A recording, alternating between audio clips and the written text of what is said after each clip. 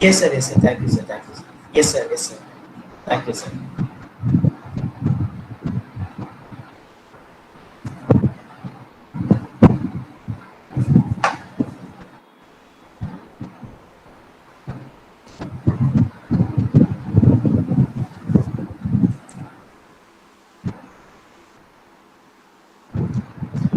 Now I thank Dr. Anwar for joining us. Dr. Anwar, sir. Hello, Dr. Anwar, sir. Yes, yes, I'm here. Yes, sir. Yes, sir. Thanks a lot, sir.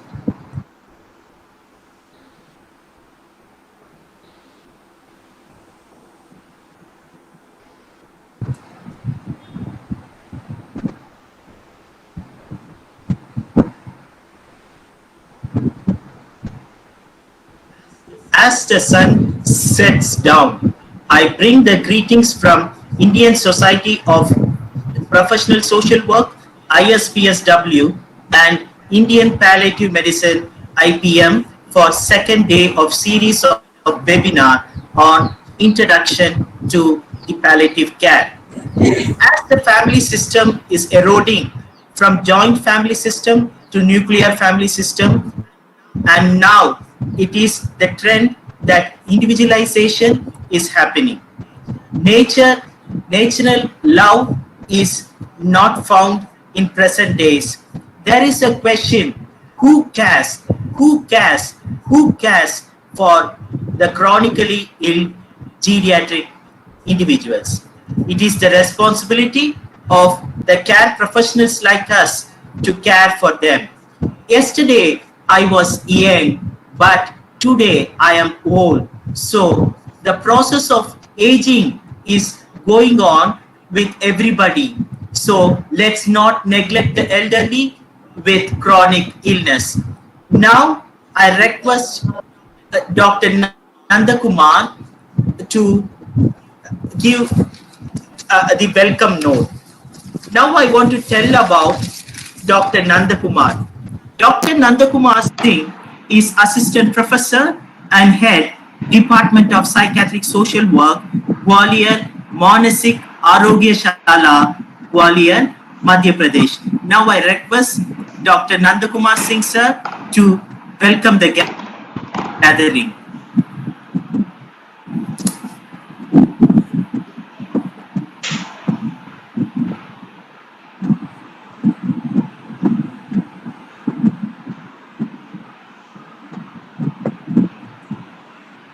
Now I request Dr. Nandakumar sir to welcome the gathering, please.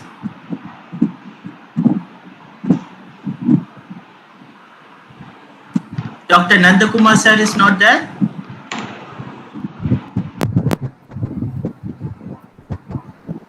He is muted. I request Dr. Nandakumar sir to unmute yourself, please. Please Hello. unmute yourself. Yes, sir. Hello. Am I audible, sir? Yes, sir. Yes, sir. You're audible, Yeah, sir. now it is audible. Yes, Thank sir. you, sir. Thank you. Thank you. And namaskar to everyone. Today is the second day of the webinar, and this webinar is going on the collaboration with the Indian Society for Professional Social Work and IPM. And yesterday there was a brilliant sessions by the madam. Everyone would appreciate the sessions, and today I hope you would all appreciate the sessions, our sessions also. So I welcome all the participants, speaker and organizer on the behalf of Indian Society of Professional Social Work and IPM. So I request everyone, please listen carefully and appreciate the session. Thank you. And now I want to tell about this program. In this program, people from India and abroad, I think from Dubai, from Africa, from America, and Bangladesh, people have people want to join, and they are in this program. So I feel that this program is very useful for everybody, and this program is the need of the hour, should be incorporated with the social work discipline. So it is my vision. Let this vision grow from today onwards. Now I request now we will go into the technical session. Now I request Dr. Anwar, Director of IPM, Director of IPM. Let's hear his lecture. Can you hear me? Yes, sir. It's audible, sir. Okay. Hello? It's audible, sir. Okay, perfect. Okay, now let me introduce myself. I'm Dr. Anwar Hussain. I'm the President Director of the Institute of Palliative Medicine, that is IPM, popularly known as. And it is a WHO collaborating center in long-term care and palliative care. So we are a good job in. We are the first to come up with the idea of community-based palliative care. That is very popular model in the world. It is known as the Kerala model.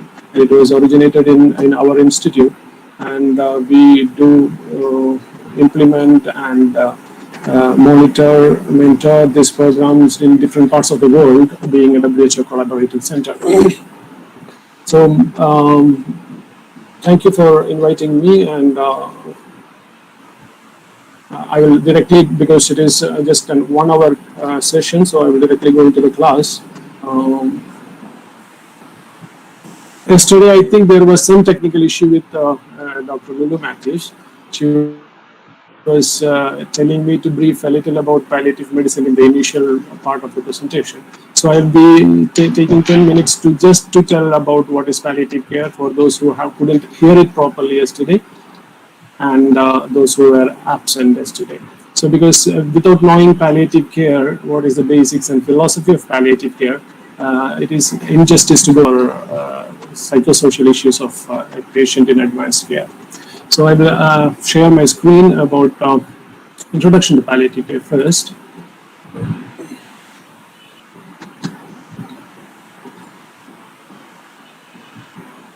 Can everyone see this one? Hello? Hello? It's visible, sir. It's visible, sir. Okay, that's good.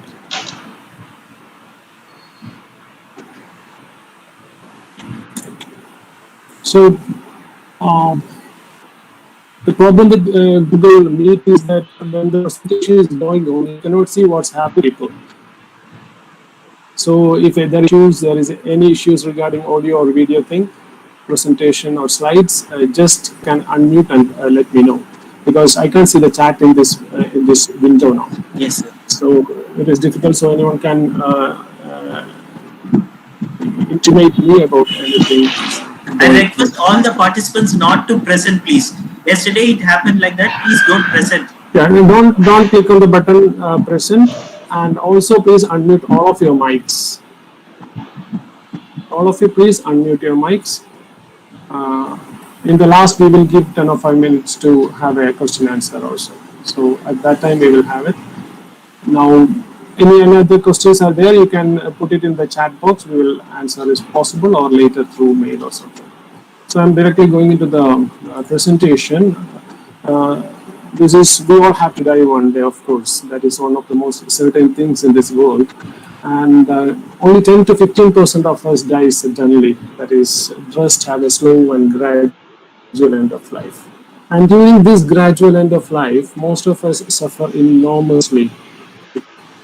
And on our last days on earth, it's not going to be easy, because recently a UK-based company did a study on quality of death among 80 countries, and India was 67th. That means only in 13 countries people die miserably than in India, because we may be in the forefront of many things in the world, but in the quality of death, as they say, all's well that ends well.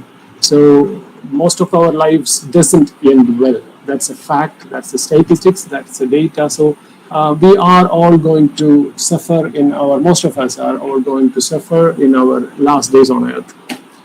And most of us will be having severe pain, old and alone, need support to move or even to sit, need support for anything and everything, be restricted to our bed, have a sudden loss of income, hopes and dreams, loss of role in family and alienated from the society, be thinking seriously about the purpose and meaning of life and death. That thing when we are declared with a non-curable disease and days are numbered, you might be thinking about the purpose, meaning, about God, about after-death life. So that things will come into fore. Yes, we are talking about our own lives, not about any patient or somebody lying on the deathbed. That is currently preceded by 10 years of ill health, and that is increasing. You can see the graph in females. Um, Years of ill health are increasing by every 10 years. So most people with chronic disease live and die miserably. That is Steinward. He is an icon of palliative care, and Dr. Clark. So there are over 13 million people with incurable diseases suffer unnecessarily. That is a word I want to stress, unnecessarily, from severe pain and other symptoms each year. So much is known of the management of these symptoms, but unfortunately this knowledge is not benefiting most of those in need of it. In spite of all the efforts over the last 2 decades, the great majority of the terminally ill individuals who need care are not getting it. That means we have the knowledge, but they are not getting it. Most of the patients with non-curable disease will have physical problems, social problems, emotional problems, and spiritual problems. So palliative care, I think you are, Sam, you are sharing the slide, right? The participants? Yes, sir. Okay, then you can go through. I don't want to read all these things. It's just what is palliative care in brief. So you can go through it later. And this is the WHO definition of palliative care: is approach that improves the quality of life of the patients and their families, stress there, facing the problem associated with life-threatening illness, through the prevention and relief of suffering by means of early identification and impeccable assessment and treatment of pain and other problems. So we see the patient as a total, you can see that it's a total, we see the patient as a total being, not as a patient or a diseased organ.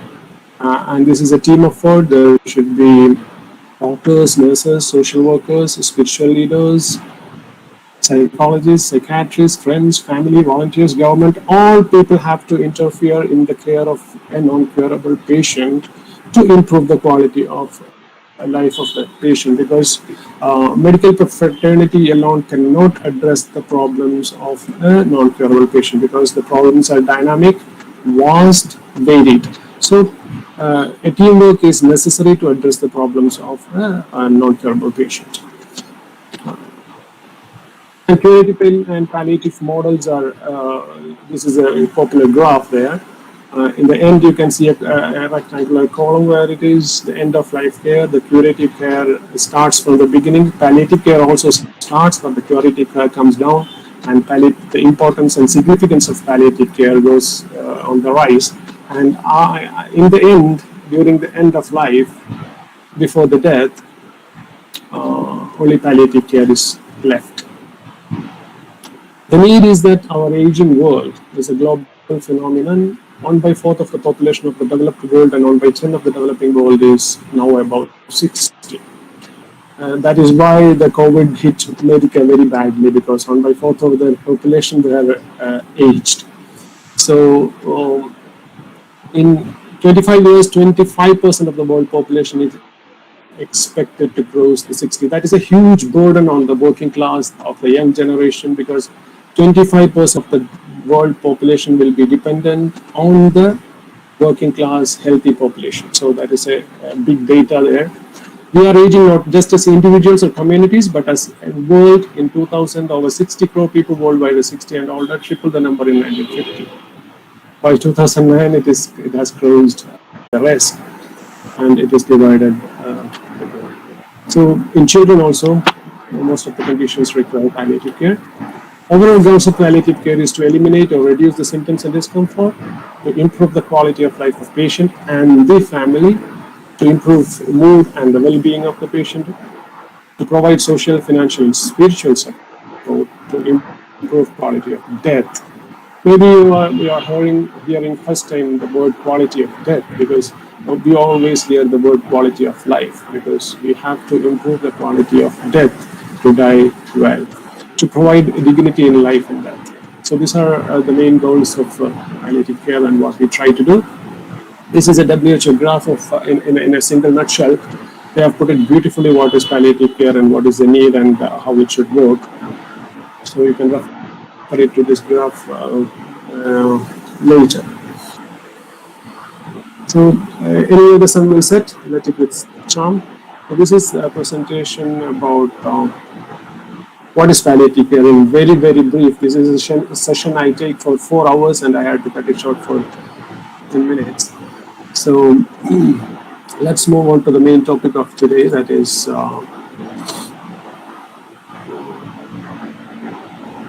I'll close this window now and open the next slide.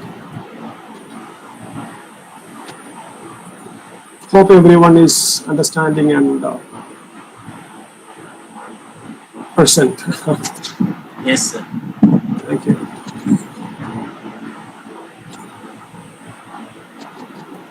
Can you see the screen? It's visible, sir. It's visible. Okay, thank you. So, psychosocial support for people with advances. This is a topic assigned to me today, and the presentation will be of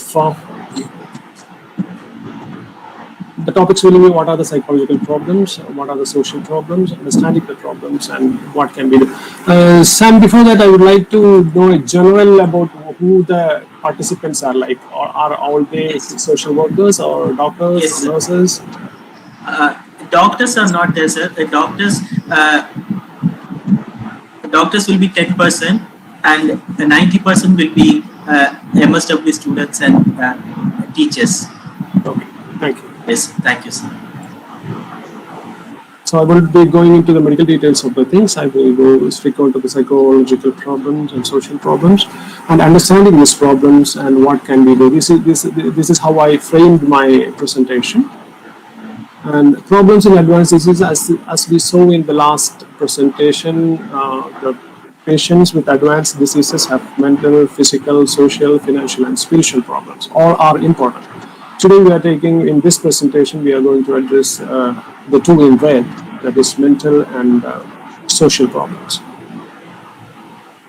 Before that, I would like to introduce you to a patient of ours, who is David, 33-year-old in Menlo Labor, diagnosed with a progressive neuromuscular disease. He is now back home after getting discharged from the hospital and rehabilitation.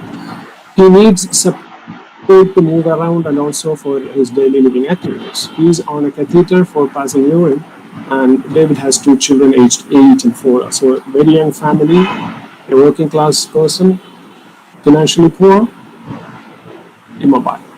So just keep this scenario in mind before entering into the topic. We will discuss about it in the last part of the presentation.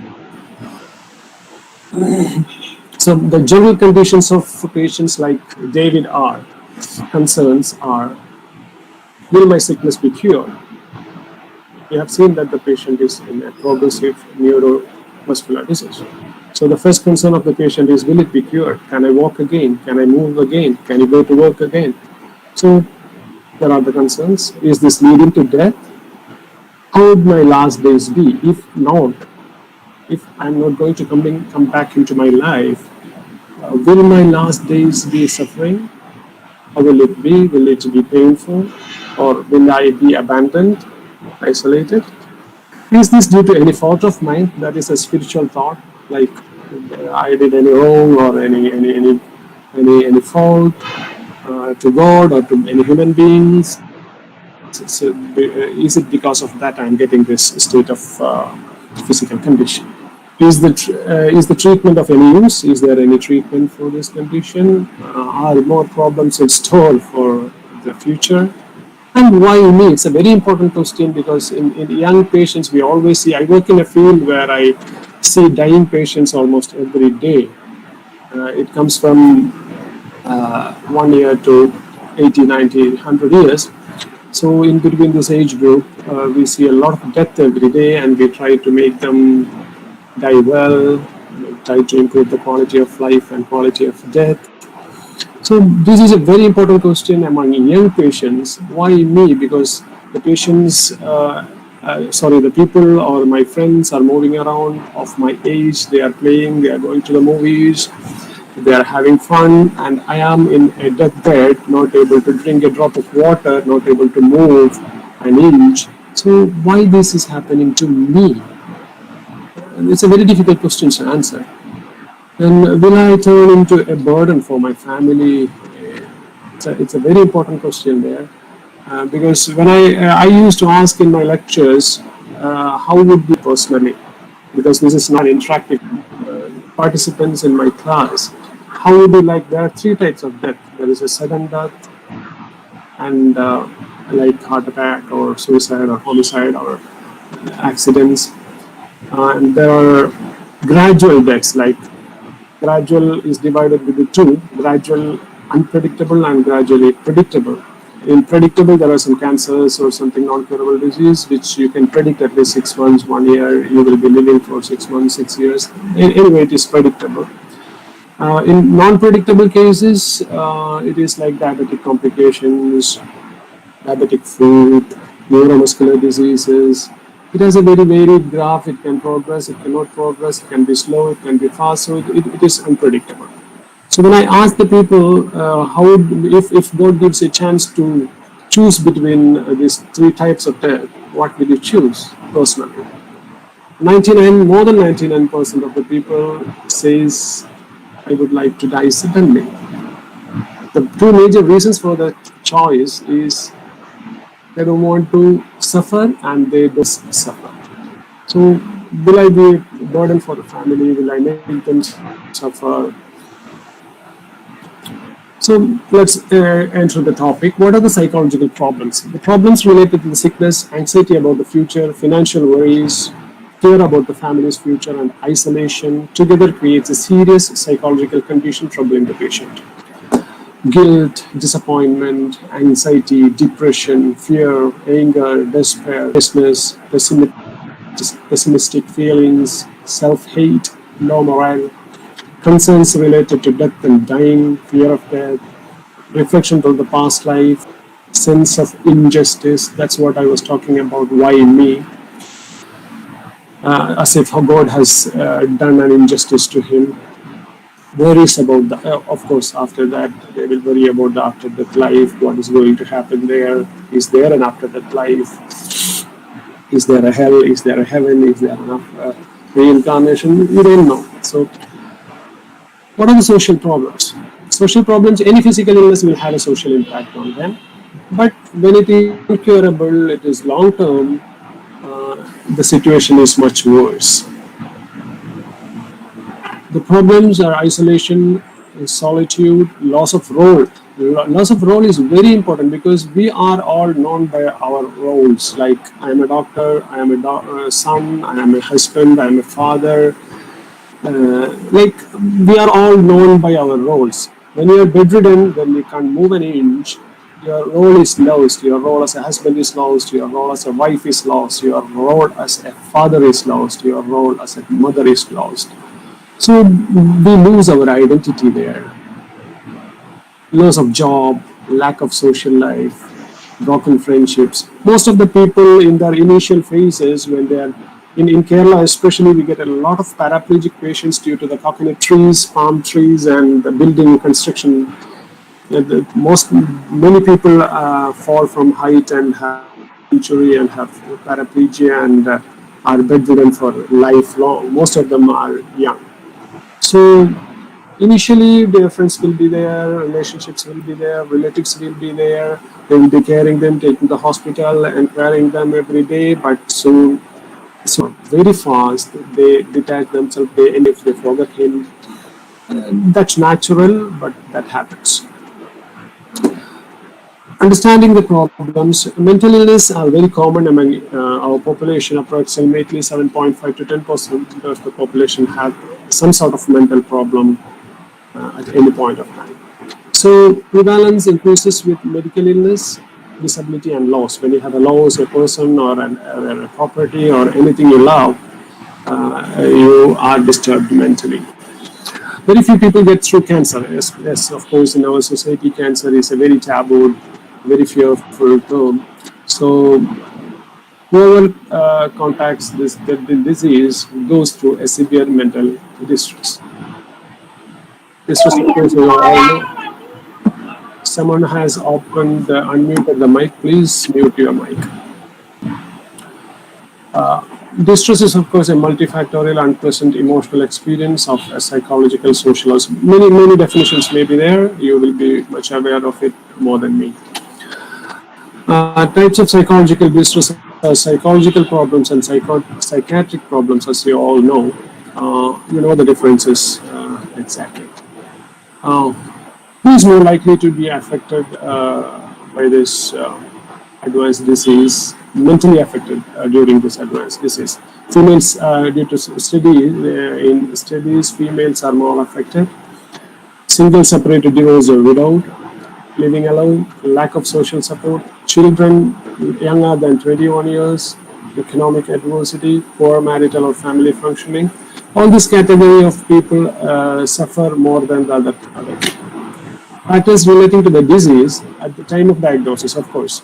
When the diagnosis is made, you go into a shock, a psychological crisis, a free fall, and after that, you cope with the situation, you regain your composure.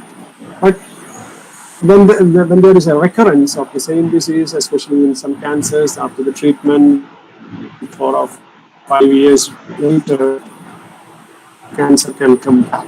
During that time, they go to a mental shock or shutdown. During advanced stage of the disease, when initially that disease may not be advanced, so they start the treatment, and when the treatment doesn't have effect on the disease, and it becomes an advanced non-curable stage, during that stage also these patients can have a mental breakdown. Poorer prognosis initially in the diagnosis itself, more treatment side effects when they start chemotherapy or radiotherapy. They start side effects of the treatment. It is very worse. It is very traumatic. So during that period also they have a mental breakdown. Greater functional impairment and disease burden, experiencing lymphedema, chronic pain, all edemas, Sir, yeah. excuse me, sir. Yes. People are saying that the voice is low, sir.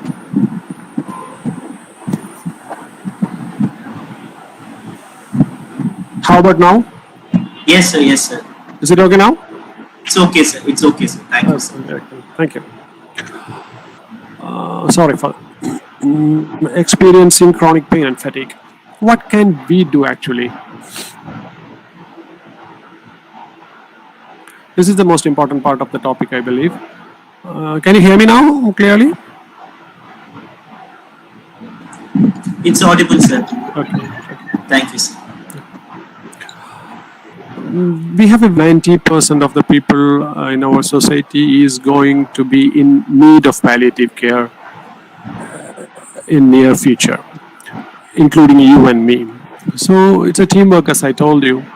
So the relationship between the carer and the patient is essential for the patient to share the personal. The confidentiality is important in this relationship. Whoever you care, your father, mother, neighbor, or your patient, whoever it is, you have to have a very confidential relationship. If you go and tell his problems to others and share with others, his confidentiality will be lost, and it will adversely affect the relationship, rapport, and trust between carer and the patient. So only in a setting of trust can a patient share their private feelings, especially their guilt, spiritual problems, sexual problems, personal problems. If they want to share it with you, they should feel that you are confidential, you are trustworthy. Remember that you are just a support to the patient. You cannot do much to this advanced patients. We are never going to make him walk again. We are not going to bring them back to life again, but we are just a support for the patient and the family. We are not going to make wonders in their life. You cannot do anything simple as that. So remember that you are just a support, but that support is very important. Remember that your role will be to a compassionate present, not just a presence, but a compassionate presence. Explore what is the topic, what actually what the patient wants to know, wants to talk. Usually in our scenarios, we are a paternalistic society, especially in the medical field. We talk and they hear, we decide and they listen. We dictate terms and they oblige. So it is in this setup of our palliative care, we usually let them talk and let them say what they want actually. And do not compare with other patients. Comparison in any case with anyone is very bad, all of you know that. Do not offer a premature reassurance. This is again one important mistake we all make. From sympathy or empathy, we tell them that we will take care of you, we'll do everything, we will do everything possible, we will make you happy. No, you are not going to do that. You cannot do that. So don't make it premature reassurance. Make them say or say to them when you are absolutely sure about what you are going to do and you can do. And do not prevent the patient from asking difficult questions. Of course, you all have felt that in your professional life. To die, what will happen to my child after my death? So there will be a lot of difficult questions from their side, and they will say some uncomfortable things also. They might be angry at you, shout at you, show some bad faces at you, but you should never prevent them, because this is such sort of reactions are you know that better than me, that such reactions are just they're venting out, and they are actually not a question but a vent out mechanism. And inquire whether the patient is in the mood and mindset to talk before you talk to them, or is it.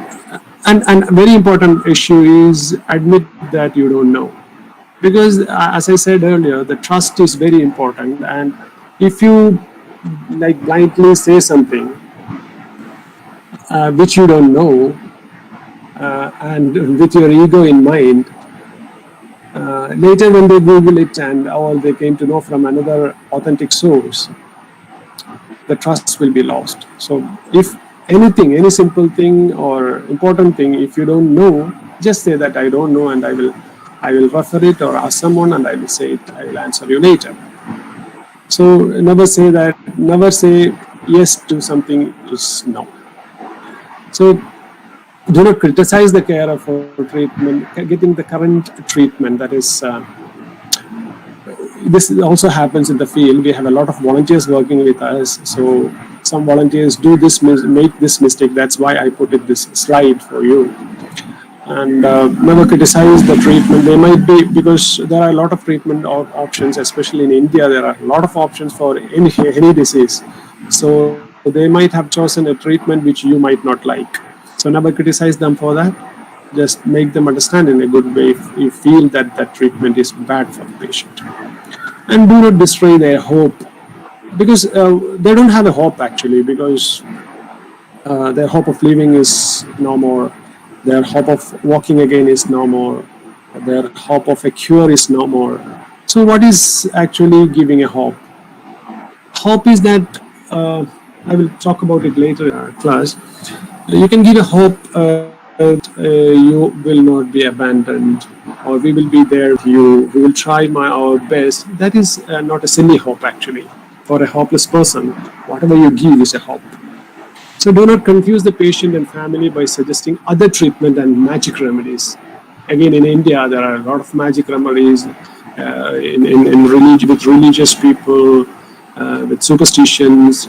There are a lot of things happening around, and these are all hearsays. Most of them are hearsays, and there are no magic remedies as for a non-curable disease. All of you know that. Otherwise, people won't die. So don't confuse them telling about those magic remedies and all the hearsays. When you take a leave, tell the patient and family when you plan to visit again. This is again important because most of the time initially we say that I will come next week, but we would have never planned to come next week. Because we want to make them happy, we say that I will come tomorrow, but you have no plan to come tomorrow. So just say them if you are coming, and if you are planned to come, just mention to them. That's all, and ask for the visiting convenient time and date. I would like to mention in a brief about the ethical principles of caring a patient. This is very important, and this is very rarely mentioned in our classes. This is important for any carer because autonomy is the principle of respecting one's autonomy. Like every person has the right to choose or deny any treatment. That is dependent on me. If I have a disease, I have the right to choose the treatment or not go for the treatment or not to go for it. So that is a very important thing. And he has the right to know about the diagnosis and doesn't know about the diagnosis. He can choose whether to know or whether not to know. So that is very important thing about autonomy. Beneficence is that whatever you do for good. Like whatever thing you are planning to do for the patient, it should be. And the third one is even if you cannot do any good, never harm the patient. And justice is if you are a social worker or in charge of an institution or a center, you should use the resources in fair and equality. So these are four major. This is again a topic. This single slide is a lecture of 2 hours. So I just wanted to mention in between this because you should know this. The patient has the right to decide. We always should do good to the patient, never try to harm the patient. Do justice to all of your patients. And identifying the distress, routine case detection is unreliable in detecting their mental distress. Usually in hospitals, they don't give much importance to mental distress. They always are inclined toward the physical distress, identifying them, understanding them, and addressing them. But mental distress are always sidelined, though it is very important. Early detection of the mental problems in any disease leads to much better intervention possibilities. Levels of distress can be matched with interventions. So if you intervene early, you can address the distress much better and earlier. May improve the medical outcomes. If you identify the distress earlier, it can also influence the outcome of the treatment. Reduce the healthcare cost. It can improve the patient quality of life and satisfaction of the family also. And again, our mood and emotions are heavily influenced by our thinking and our behavior. Our thinking alters and we view a situation in a negative, unhelpful way, our mood will likely to alter and drop. So they say that it's all mental. You might have heard in English, they say that it's all mental. So our thinking can lead us to behave in certain ways like avoiding or withdrawal. I will explain in the next slides, you will understand it better. The meanings and belief of an individual holds about their illness thoughts will impact how they feel. Of course, there is an Austrian psychiatrist, you might have heard about him, Viktor Frankl. His family was executed by Hitler in gas chamber. He was a Jew, he was a psychiatrist, and he escaped from his family. His wife, children, father, mother, everyone died in that gas chamber. And after that, he wrote a book called Man's Search for Meaning. And in this book, he states that every suffering without a meaning is destructive. Suffering without a meaning is destructive. So if any suffering, even in our lives, any crisis, relationship issues, financial issues, any problem, any suffering in our life, if we cannot attach it to a meaning for that suffering, it can be destructive. That's how people end up in suicides and depression, because they can't find a meaning for the suffering. Like that's where the religion and spirituality has a very important role. Most of the religions and spiritual thoughts, they they they, they attribute a meaning for suffering, like they have done something in their past life, or they will get something in their afterlife. So there is a meaning before or after death for a suffering which is going through in this life. So that's a bigger meaning, higher sense of meaning. And even in our lives, we attribute meaning. Maybe it is, maybe something bigger would have happened. It just happened this much. Maybe if I would have gone, it would have been much worse. So we attach some meaning and belief systems. These systems have a very important role in the impact in how they feel and act. So this is thoughts to distress. I don't know how you have seen this graph. Thought is that if say example we take the patient David. David is, as you have seen, very young, with a young family. So he thinks that his thought is that my life is over. There is no point in trying anymore, and that comes to behavior. He withdraws from everything, social life, from the family, from talking, from being enjoying him. So leads to emotions, depression, hopelessness, and this is a vicious cycle. And again the physical sensitization. It has its impacts on the physical. It increases pain, fatigue, because he's already depressed, he's already detached. So this is a very, very important vicious cycle where a thought can lead to. The trigger factor was a thought. David thought that my life is over. There is no point in trying anymore. From that thought, it came that he isolates himself, he withdraws himself, goes to depression, and that eventually increases the physical suffering. And this is a slide where it's opposite to the previous thought. Thought to care. Thought to care is that David thinks that my life won't be the same again, and things are going to be tough. But if I work at it, I can still achieve things. So this is something which opposite to the previous thought, that there is a possibility there. And this lead to behavior, seek support from the family, plan change. So I will share a very personal experience. 2 weeks back, one of my friends, he is a doctor. He had a very severe back pain, and we all thought that it was due to disc prolapse or IVDP. And in the MRI, it showed that there was some mets. He was a very healthy, very energetic doctor. And there was some mets, and again, further investigations finally led it to acute lymphoblastic leukemia. So I could see from he's a very, very positive person. Initially, he was a little down, but later he came to think that these are going to be my most important days in my life. I am going to fight, and I am also going to live and make use of what is left in me. And a beautiful sentence he told me, that he messaged me, was like, we say that life is unpredictable, but when it becomes uncurable or you are going to die, it becomes predictable. So beautiful. So you can predict it, and you can count your days, and you can make use of your days. So that is a very positive thinking you can instill in all our patients, that whatever has left, we can make it beautiful. So it changes their behavior. They seek their support from the family. They start talking to their friends. They make plans for treatment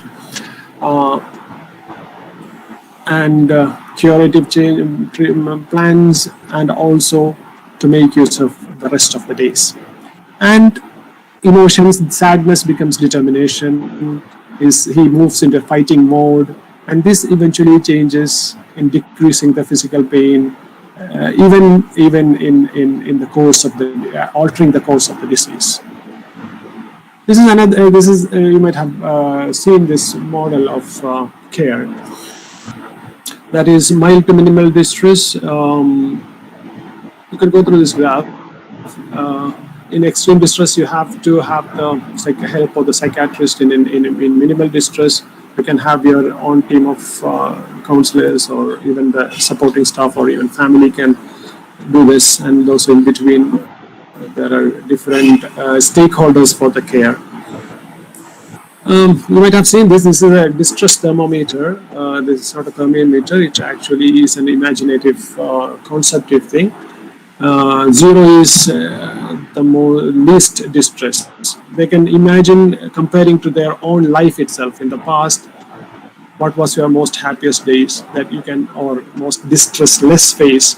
You can name it as zero. And if you think of an extreme distress in your life, which you can imagine it or you have gone through it, what is extreme distress and where you stand in between these two, 0 and 10. Some people say I'm okay, fine, I'm okay 2, 5, it's much worse, 8, 9. So they can compare it to their own experiences in the past life. And this is the WHO Wellbeing Index. World Health Organization has, even all of you can do this exercise. And there are scoring systems. They indicate each. I felt cheerful, good spirit. You can read that later in the slide, and you can score your marks. And depression is considered as a possibility of a raw score is below 13. If total score is 13, consider that you are depressed. Or if the patient has answered 0 to, they have skipped many questions and answered only 0 to 1, not answered at all, or have just answered one question, and even the mark is 5, you have to consider him as depressed. So when you share the slide, you can do the exercise for you also. Practical approach for such patient is identify and get an estimate level of distress using any methods, using the distress thermometer or this WHO index. Using any tools, you can identify and get an estimate of the level of distress, how much he is in distress, and create a problem list and prioritize. You just randomly write down all his problems and prioritize the problems, and depending on the severity, address each issues as appropriate. And creating a problem list, let the patient create the problem list. Ask them to write down their problems and prioritize them. Ask them to write them. You should ask an open question like, what are your main difficulties at the moment? So they will be writing a log. Then summarize for them and group together as appropriate. You can divide it into different groups: mental, physical, spiritual. You have all those sorts of all these problems. You have immediate problems, acute problems, chronic problems. So you can categorize them according to their problems and encourage the patient to prioritize and break down in all those problems into small chunks. And say, if an example, if David has been asked of what are your problems, he might say that I am anxious about, David is not a cancer patient, sorry, any cancer patient, anxiety about cancer, he has pain, he is worried about the family, he has financial problems.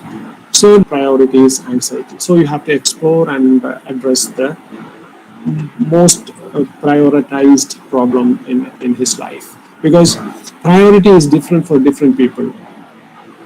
Two patients with the same age, same social background, same race, same sex, same diagnosis, same stage of the disease might not have similar problems.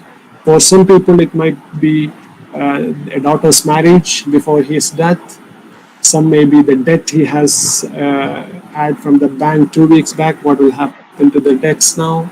Some might be constructing a new house, and in the last stage of the house, he might have contacted the disease, and he is very much apprehensive whether I can live in that house. Usually, we get a lot of requests in palliative care.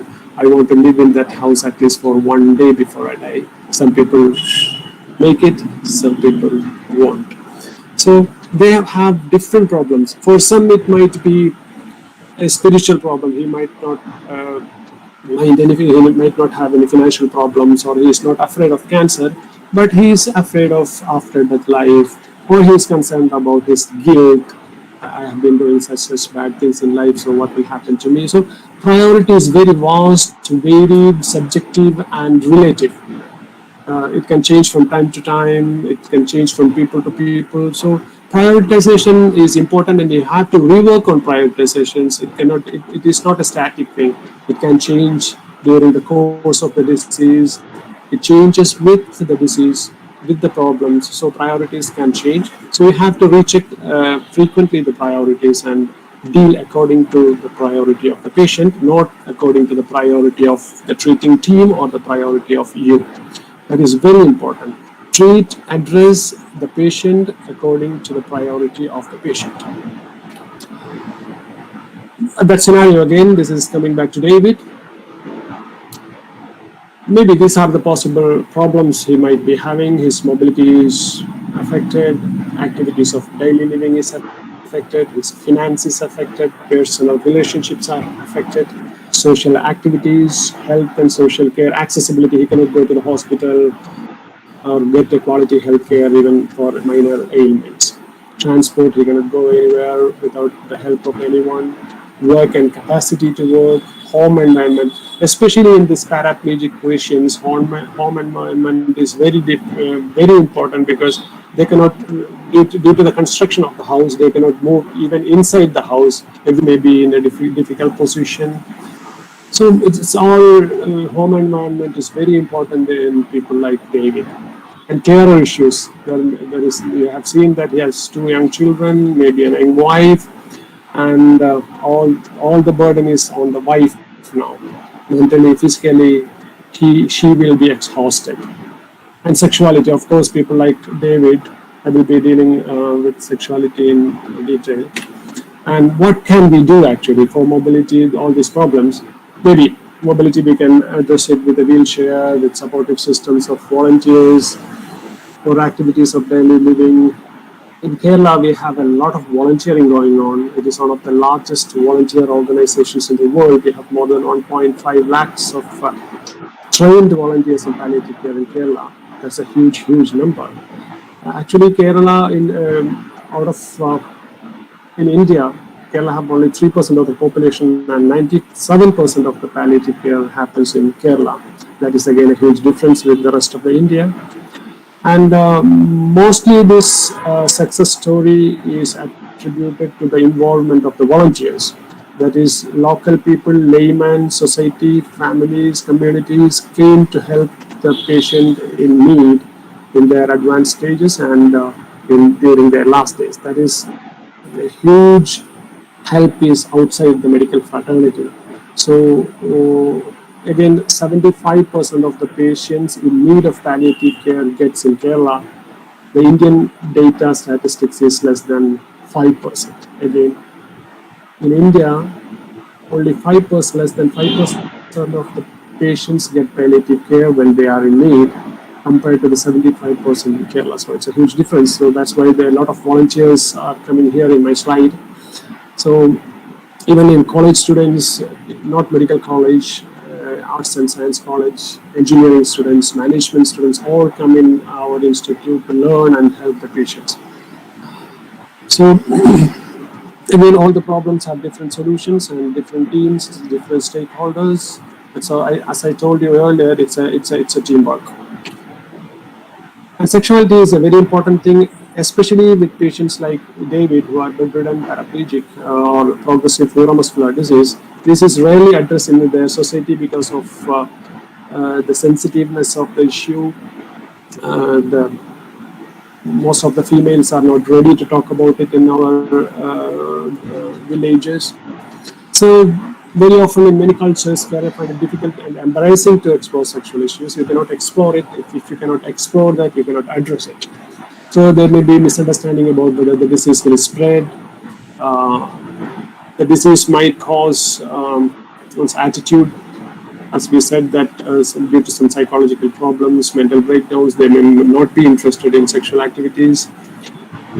Deformities of the sexual organs, treatment itself, fragility of the body, lack of privacy. Again, in our villages, the home will be small, there will be lack of privacy for some people to have this physical relationship. and their colostomy, tracheostomy, so on.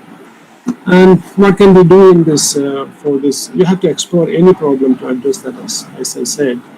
Make sure that the patient gets the time and privacy to spend time with the partner. Encourage the patient to open up his problems and needs. In case of patients with diseases that are transmitted sexually, allow them to discuss with the doctor about the safe methods of sexual intercourse. Conclusion of my topic, supportive communication is very important, and as I said earlier, your compassionate presence.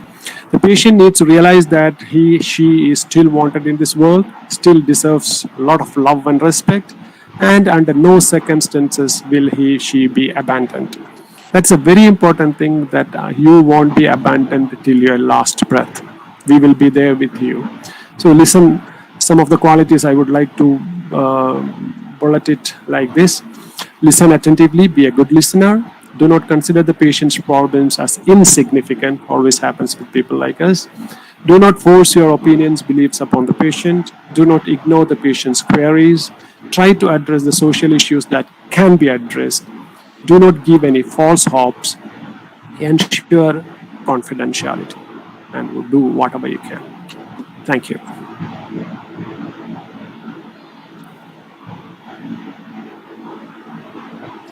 Sam, you are muted. Yes, the presentation was awesome. Thank you, sir. Your explanation was simple, enlightened our understanding.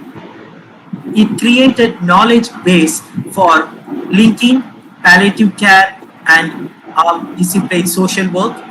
Thank you, sir. Thank you. Your enriched words Any has questions? We have 2 minutes left. Your enriched words gave us insight on palliative care. I request the participants to raise the questions in the chat box.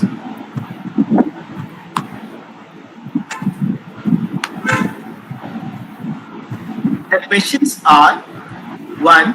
How the palliative care is affordable during the COVID-19? No, it's a very good question.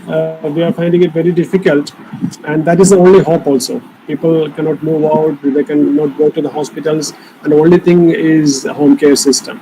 And I forgot to mention that in Kerala, with all these success stories, we have a huge home care system. There is only 4 admitting institutions in Kerala throughout their homes. So we have a very established home care system, and that is running fairly good now.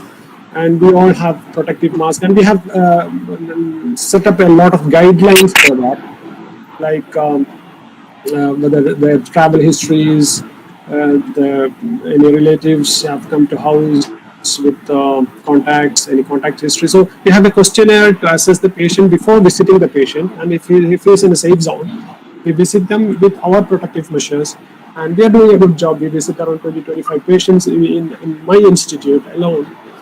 And throughout Kerala, palliative care is doing a good job with COVID patients also. Sorry, not with COVID patients, but other patients is in this COVID scenario. The next question is: what are the guidelines for palliative care in institutional setting? It's a very difficult thing to have palliative care in institutional setup, because we don't get the desired benefits of palliative care when you institutionalize palliative care. That's what's happening outside Kerala throughout the world.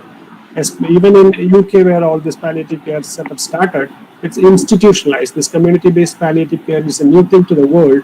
We have been practicing it since last 20 years. So institutionalized palliative care is difficult because they have to spend a lot of money and manpower to have a person admitted in the hospital, and you don't know when this patient, how long this patient will stay in the hospital, when will he die. So the comfort zone is always their home. So try to build a community-based, home-based palliative care. That is the best thing. If you are not able to do that, just make sure that your hospital offers a free treatment for such patients who are. The next question is: do you train the volunteers in Kerala, like Trivandrum, and Arapura.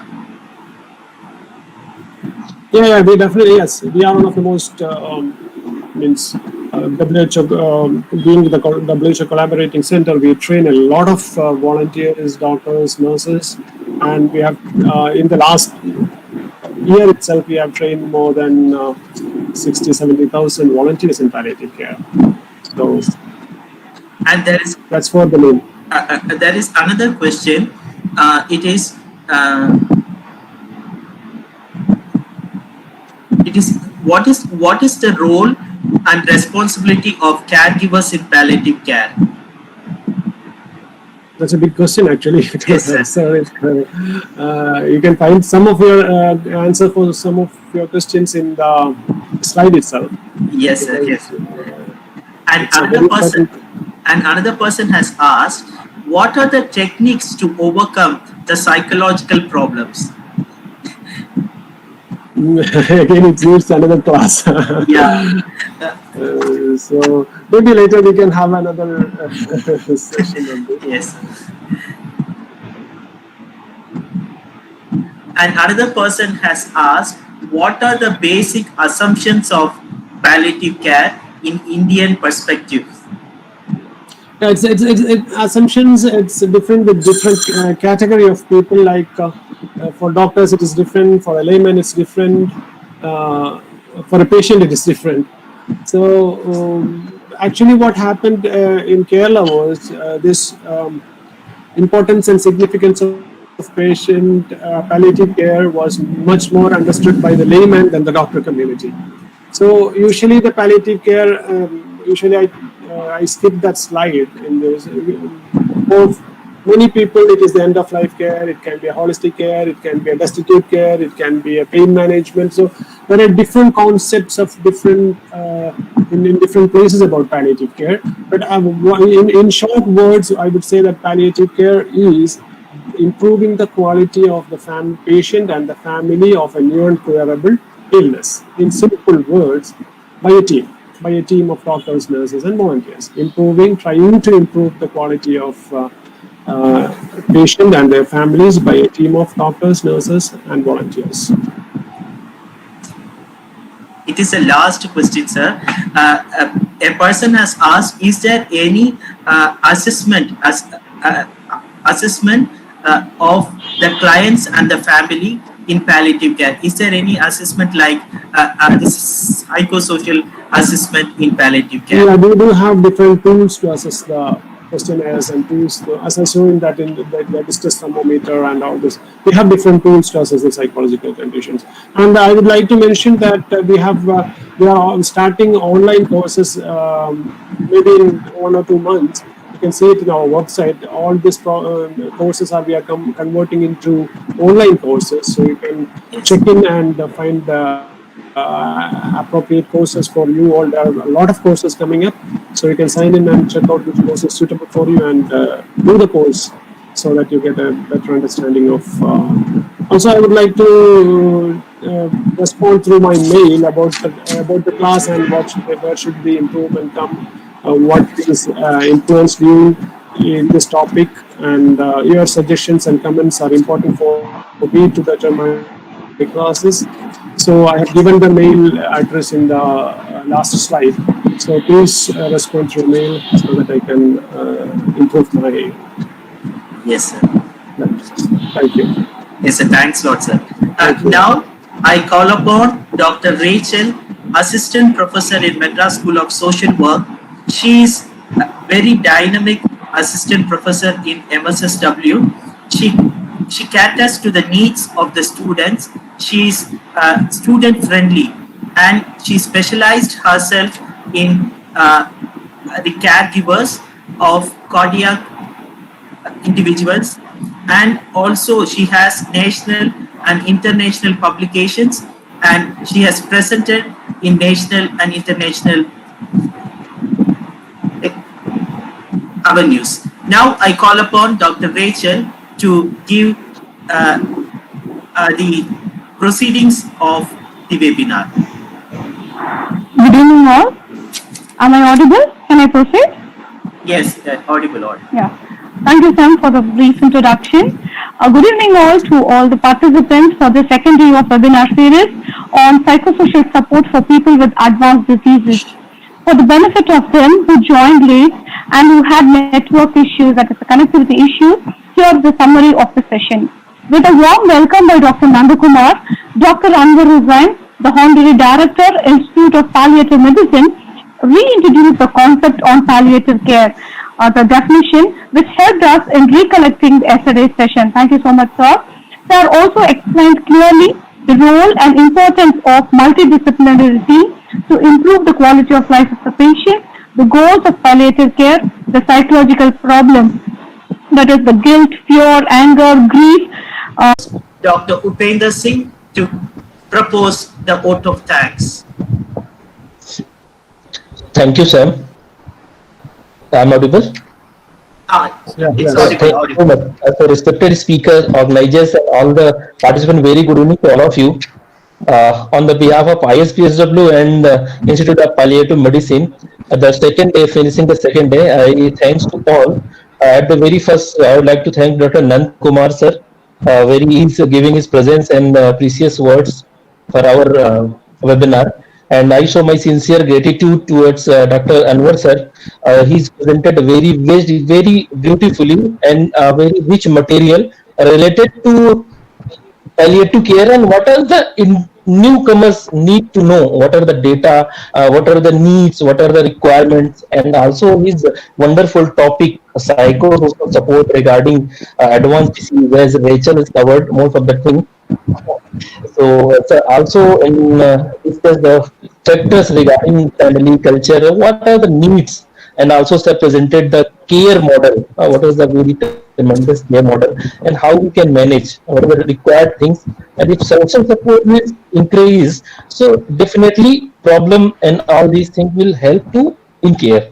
Thank you all of you to attending the second day of webinar.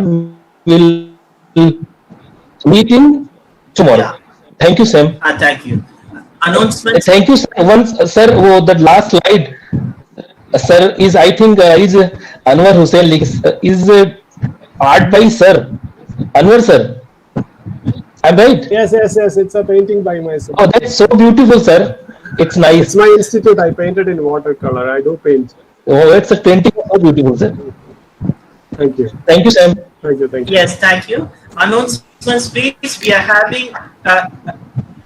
having class tomorrow at the same time. I request all of you to join us